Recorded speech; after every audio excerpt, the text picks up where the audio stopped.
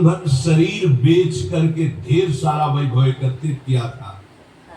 यौवन अवस्था की उतार अवस्था थी वैश्या की। गांव के बाहर महल था, बहुत सुंदर वाटिका पुष्पों की थी।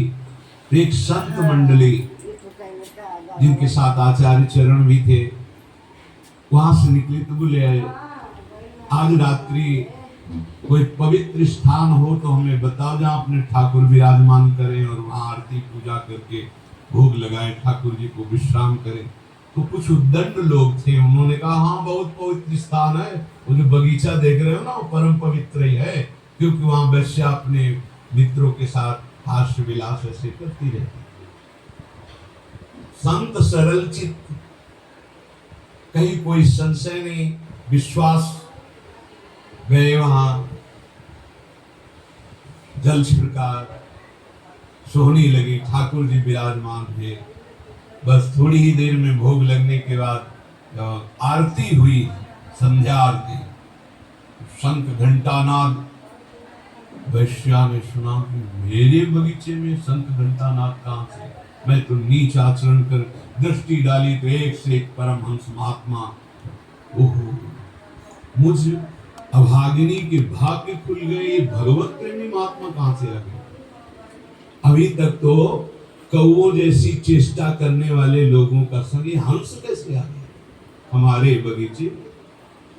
आज मेरे ऊपर भगवान की विशेष कृपा, अहेतुकी कृपा, क्योंकि मेरे कोई ऐसे आचरण नहीं जिससे भगवान प्रसन्न हो, क्योंकि बिना भगवान के प्रसन्न हुए ऐसे महापुरुषों का दर्शन कैसे हो सकता है? गई स्वर्ण के कुछ मुद्राएं, चांदी की मुद्राएं, कुछ फल मेवा आदि रखकर, महाराज स्वीकार करो। कौन हो तुम?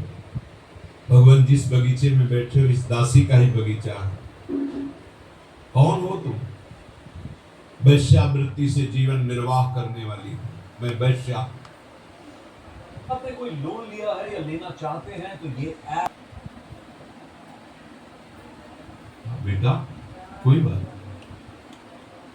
भगवान की तो सब संतानें हैं, कोई बात नहीं, पर हम लोग तुम्हारा ये फल, ये धन, ये भोग सामग्री नहीं पा सकते, शास्त्र मर्यादा है। तो क्या भगवान हमारे उद्धार के लिए कोई रास्ता नहीं है?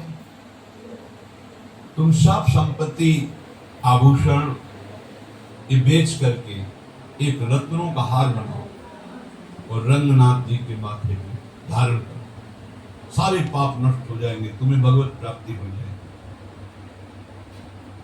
और आज से वैश्यावृत्ति बंद।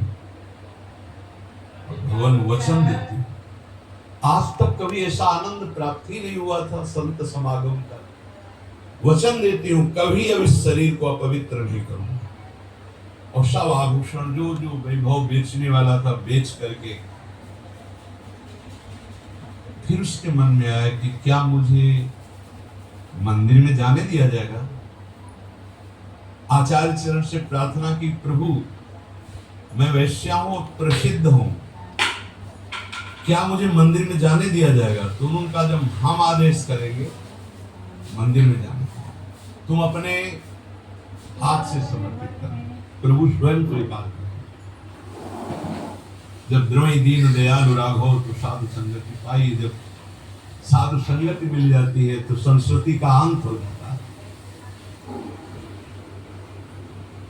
सबको आश्चर्यचकित था, इतनी नीच आचरण करने वाली अपने हाथ से कैसे भगवान के मस्तक पर। आचार्य चरण ने कहा जब तैयार हो गया मुकुट, चल। जीव ही आगे चलना हुआ, रुक गई।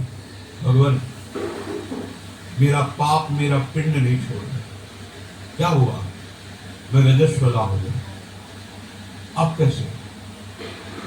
कर तुम मकर तुम मन था कर तुम सब समर्थ आचार्य, इष्ट से भी ज्यादा। तो सब लोगों ने सुन लिया था रजस्वला स्त्री का भगवत श्री विग्रह स्पर्श करना निषेध है।